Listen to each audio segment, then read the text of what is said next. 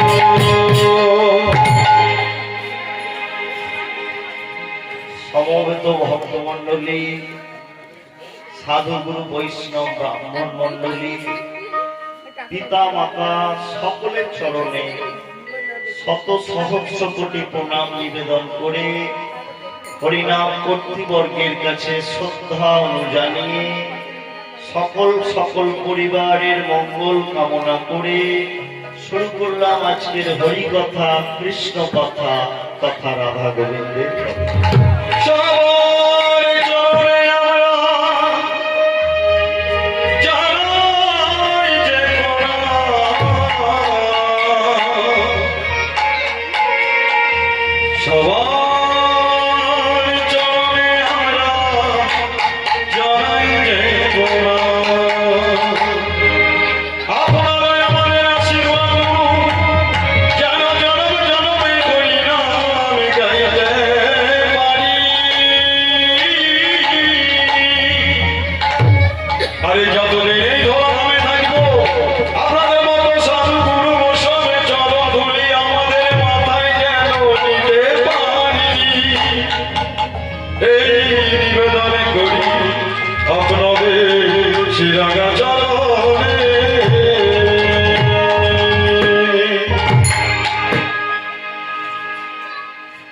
শুরু হলো আমাদের হরি কথা, কৃষ্ণ কথা, রাধা গোবিন্দের কথা।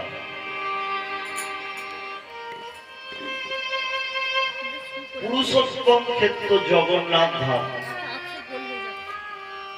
জগন্নাথের কথা আমরা আজকে আলোচনা করব। সৃষ্টি তত্ত্বের কথা, কিভাবে জগন্নাথ এলেন,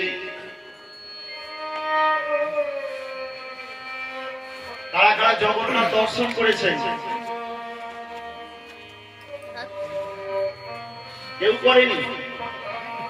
করেছে।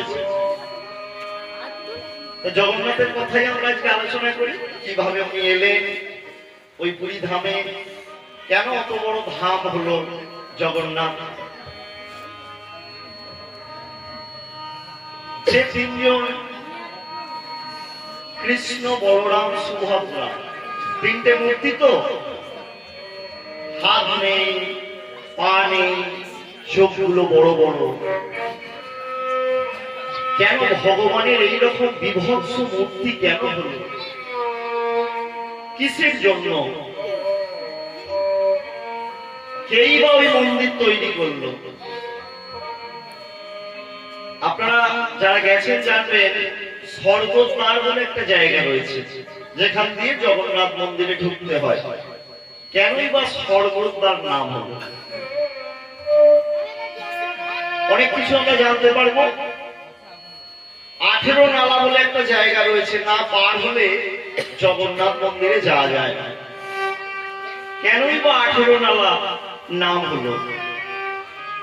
18 নালা তো নয়, ওখানে 18টা নলি কাটা হয়েছিল মানুষের। তো আমরা আজকে সবই জানবো লীলার মাধ্যম দিয়ে। তাহলে শুরু হলো আজকের লীলার বিষয়বস্তু, জয় জগন্নাথ। সবাই মিলে হৃদয় গৌর প্রেমানন্দে জগন্নাথ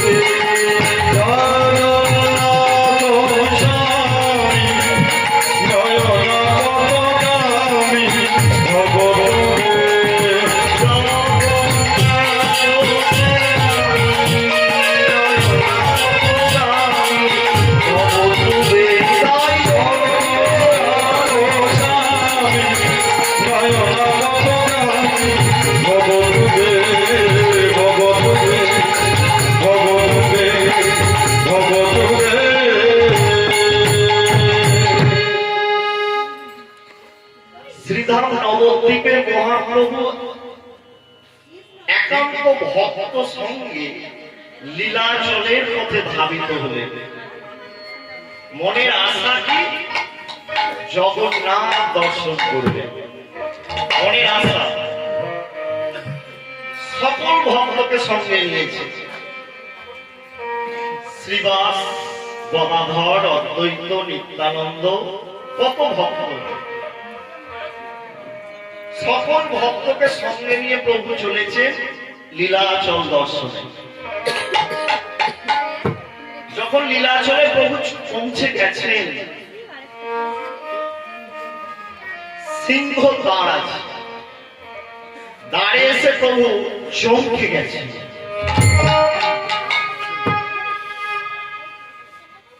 চমকে উঠলেন। প্রতিটা দর্শন যখনই ভগবান করছেন মহাপ্রভু, তিনি যে নিজে ভগবান এটা কিন্তু কোনোদিন কারো কাছে প্রকাশ করতেন না যে উনি ভগবান। জানতেন কিছু কিছু ভক্ত যে উনি ভগবান। সিংহ দ্বারের কাছে যখনই প্রভু এসেছেন চমকে গেছে, ভক্তরা দাঁড়িয়ে পড়েছে। প্রভুর ভাবটা, সিংহ দ্বার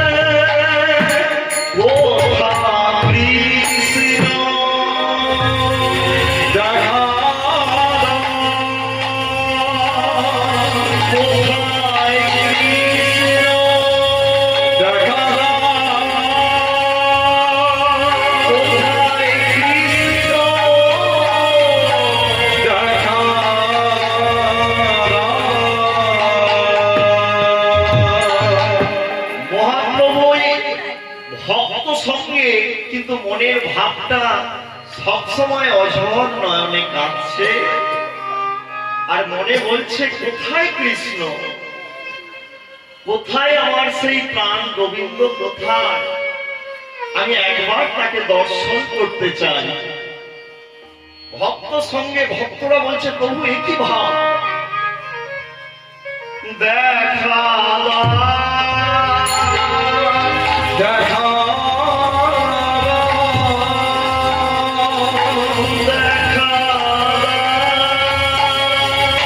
দেখা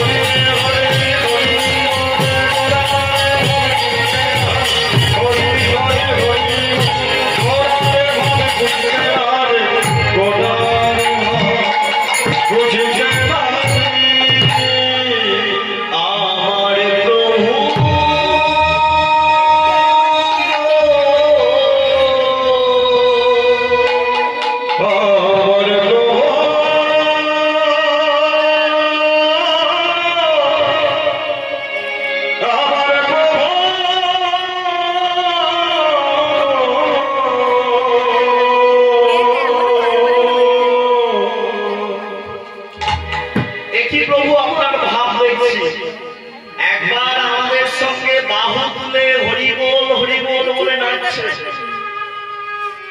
নৃত্য করছে প্রভু, আবার প্রভু ধুলায় পড়ে গড়াগড়ি যাচ্ছে। কেমন ভাব! নিজের জন্য করলেন না, কলিযুগের মানুষকে শিক্ষা দিলেন। প্রতিটা কথায় তিনি শিক্ষা দিলেন। কেমন ভাব! যে বৈষ্ণব কবি ধরেছিলেন, ওনার চরণে না প্রণাম করলে হয় না। কিরম ভাব প্রকাশ করলেন? ভক্ত সঙ্গে ওই লীলাচল ধামে আজ বাড়িয়া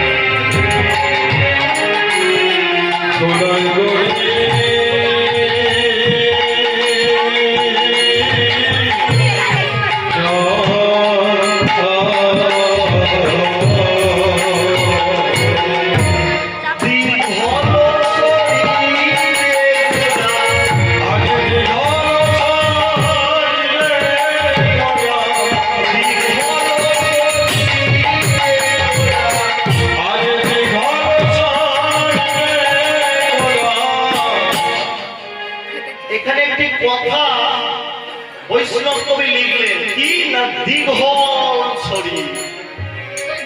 আমাদের প্রত্যেকজনের একটা মাপ আছে। আমরা প্রত্যেকজনের মাপ কত? কি গো বাবা? যে যার হাতে 3.5 হাত। কিন্তু মহাপ্রভুর দেহটার কতটা মাপ ছিল এটা জানার আমাদের কাছে। মহাপ্রভুর হাতটা ছিল জানু পর্যন্ত লম্বা। আমাদের এখানে মহাপ্রভুর হাতটা এত বড় ছিল, সেই হাতে উনি ছিলেন 4.5 হাত লম্বা, এত বড়। তাই ওনার শরীরটা লিখলেন দীঘল শরীর। দীঘল মানে উঁচু বা লম্বা। মুসলিমদের ভাষায় যেটাকে বলা হয় নদী। বৈষ্ণব কবি লিখলেন অবতারের সার গোড়া অবতার, কেন না ভজলি তারে, করি নিরে বার গেল না পিয়াস আপন খড়গ পেতে।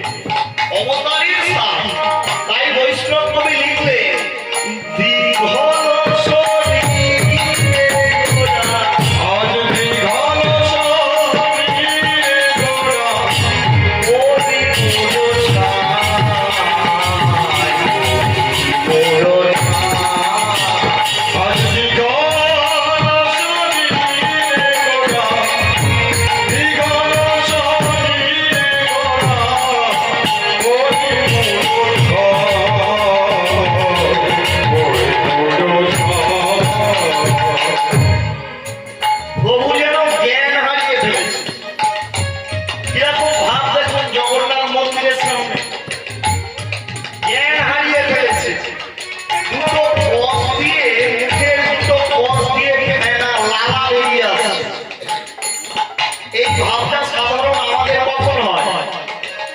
যখন আমরা ঘুমাই, যখন আমরা ঘুমিয়ে পড়ি, থেকে যখন উঠি তখন আমাদের দুটো কস দিয়ে ফেনা লালা বেরিয়ে আসে। বৈষ্ণব নবী ওটা দেখলেন, দেখে লিখলেন কি লিখলেন না, উত্থান শয়নে প্রভু ফেনায় বলিল, উত্থান শয়নে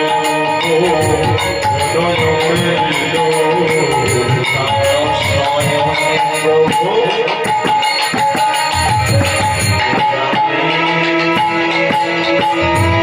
হরি হরি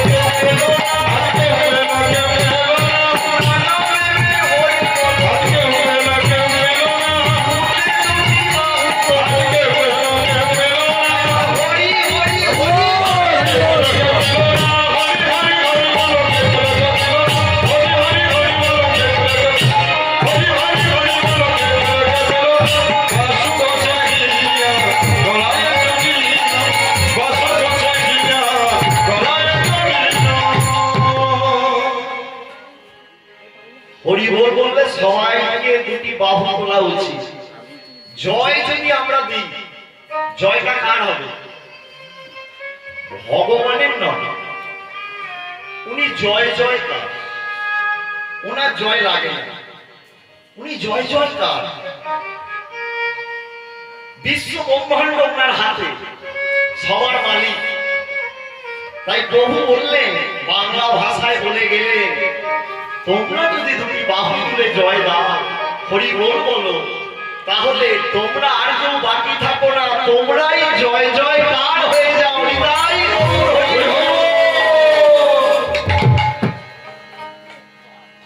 মহাপ্রভু ভক্ত সঙ্গে জগন্নাথের সামনে দাঁড়িয়ে পড়েছে।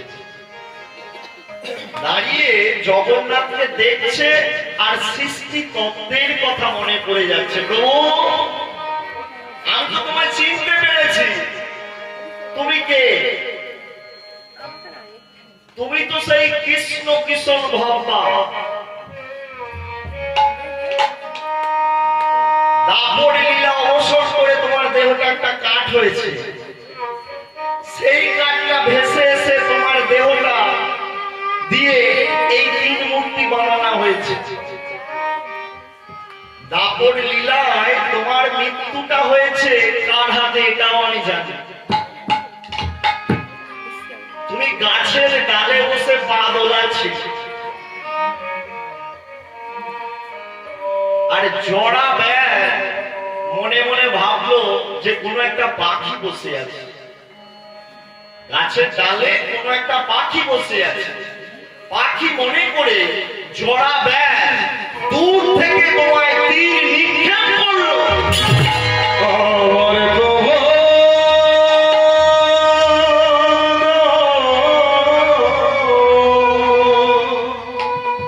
তোমার দেহটা গাছের ডাল থেকে পড়ে গেল নিচের জলে।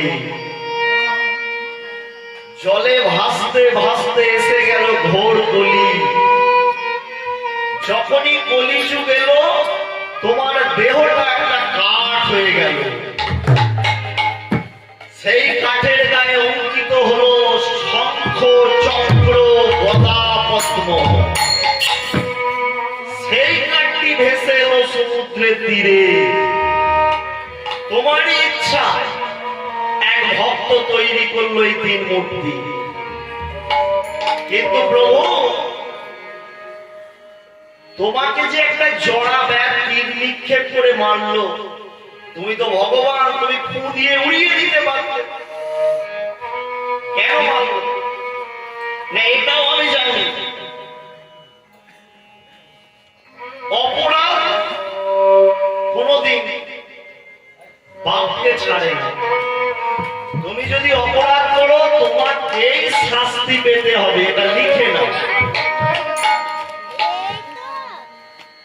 তেতা যুগে অপরাধ, নিজের স্বার্থ সিদ্ধির জন্য যখন রামচন্দ্র হয়ে তুমি রাজত্ব করছো,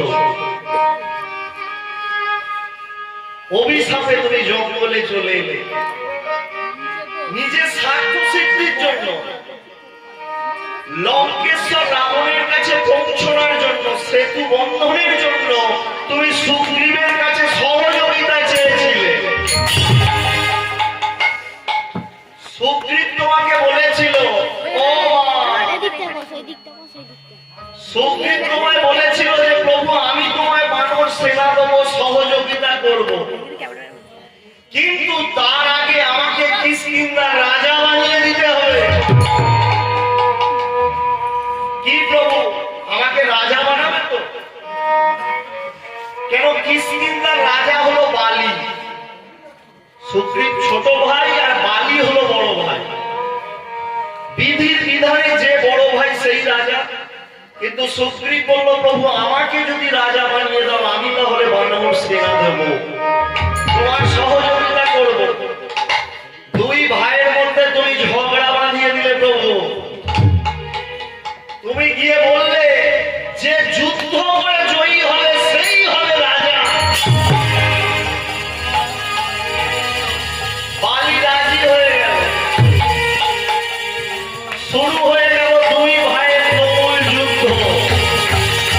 এমনই যুদ্ধ শুরু হলো, কেউ কাউকে ছাড়ছে না, এ ওকে মারে তো ও ওকে মারে, কেউ কাউকে ছাড়ছে না। কিন্তু রামচন্দ্র দূর থেকে দেখতে পেল যে বালির বীরত্বের কাছে সুগ্রীব আস্তে আস্তে পরাজিত হচ্ছে। প্রভু তুমি তখন চিন্তা করলে সুগ্রীব যদি হেরে যায় কিষ্কিন্ধার রাজা হতে পারবে না, আর আমি বানর সেনার সহযোগিতা পাবো না। গাছের আড়াল থেকে তুমি তীর নিক্ষেপ করে বালিকে তুমি বধ করলে।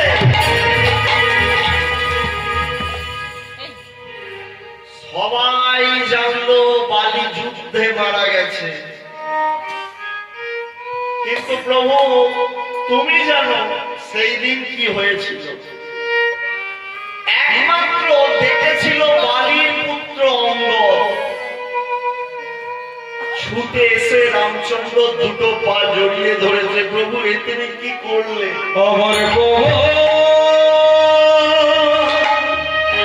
কি করলে তুমি?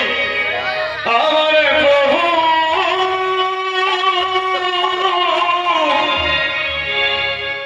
প্রভু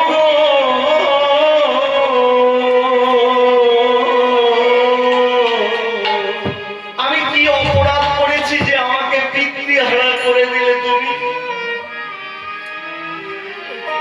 আমার কাছ থেকে কেন আমার বাবাকে এমন করে তুমি কেড়ে নিলে? কি অন্যায় করেছিল, কি অপরাধ করেছিল আমার বাবা যে আমার বাবাকে তীর নিক্ষেপ করে তুমি হত্যা করলে? ত্রেতা যুগে তুমি তো অবতার, রাম অবতার, ভগবান, তাহলে প্রভু তুমি এইরকম অপরাধ করলে আমার বাবাকে ফিরিয়ে দিতে হবে।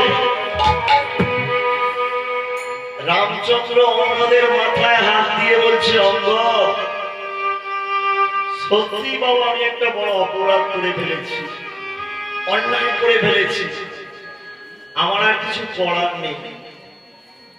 তবে অঙ্গদ তোর মাথায় হাত দিয়ে আমি আশীর্বাদ করছি, তুই যে বর আমার কাছ থেকে চাইবি আমি সেই বর তোকে দেব। বল অঙ্গদ তুই কি বর চাস আমার কাছ থেকে? অঙ্গদ মনে মনে চিন্তা করছে বর আমি আজকে চাইব না,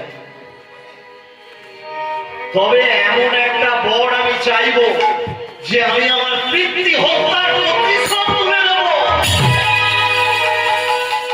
প্রভু বল অঙ্গদ। না প্রভু যেদিন তুমি রাবণকে বধ করে সীতামাকে উদ্ধার করে নিয়ে এসে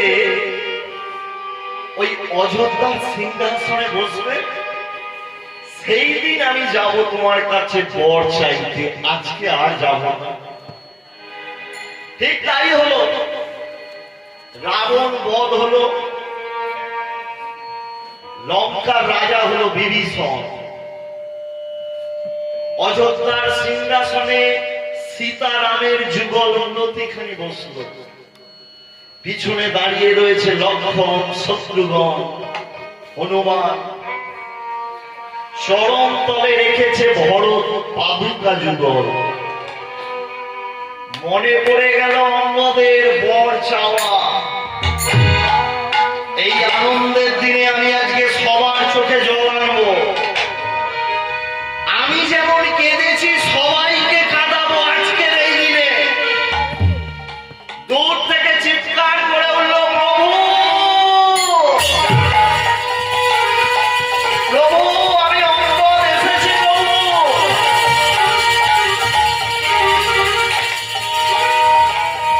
অঙ্গদ, হ্যাঁ প্রভু, আমি বলেছিলাম আমি বর চাইতে আসবো।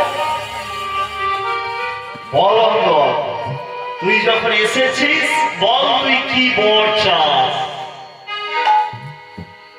অঙ্গদ সবার সামনে বলে ফেললো যে প্রভু, বর যদি দিতে হয় এই বর দাও, যেমন করে তীর নিক্ষেপ করে তুমি আমার পিতা বালিকে বধ করেছিলে, আমাকে বর দাও। আমি যেমন তীর নিক্ষেপ করে তোমাকে বধ করতে পারি।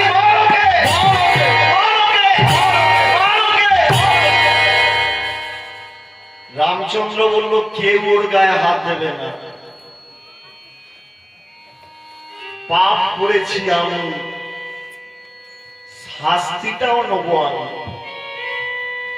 তবে অঙ্গদ, এই ত্রেতা যুগে হবে না রে। এই ত্রেতা যুগে আমি ইচ্ছা মৃত্যু বরণ করবো সরজ নদীর জলে। তবে কথা দিলাম অঙ্গদ, যেদিন আমি মুরালিধারী কৃষ্ণচন্দ্র নাম নিয়ে নররূপে লীলা প্রকাশ করব, সেদিন আসবি তুই ব্যাগ খুলে, আর সেদিন তোর নাম হবে জরা ব্যাগ।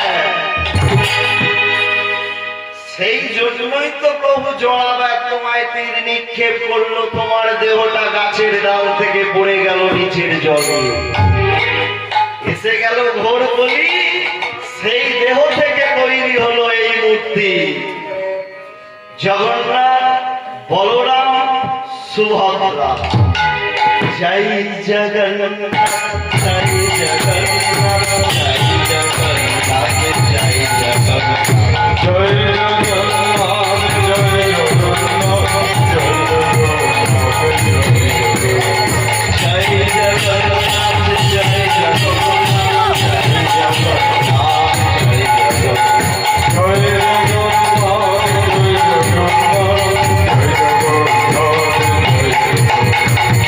জগন্নাথ,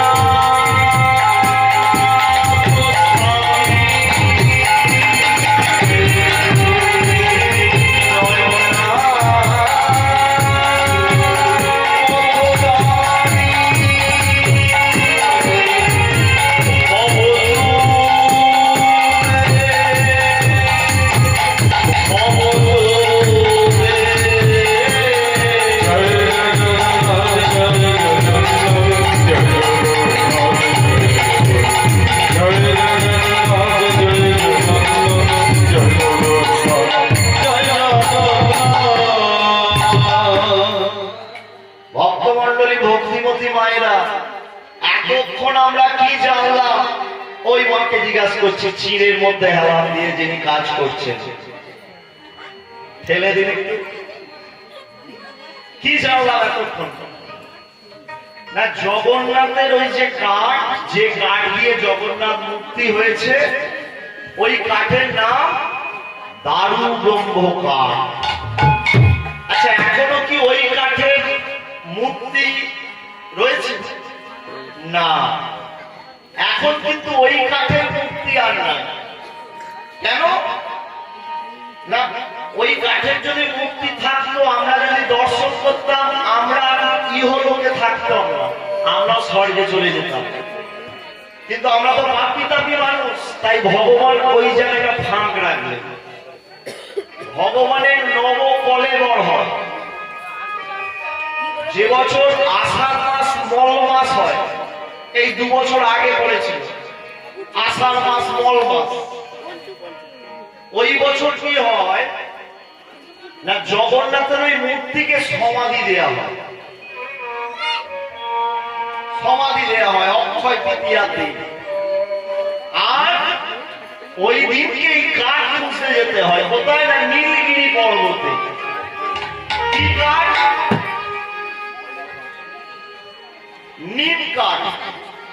এমনই নিম কাঠ যে কাঠের আবার চন্দনের গন্ধ থাকা উচিত, থাকতে হবে। কাঠের গায়ে চিহ্ন পাওয়া যাবে, শঙ্খ বা চক্র বা ভগবানের চরণ চিহ্ন, এইরকম চিহ্ন থাকতে হবে।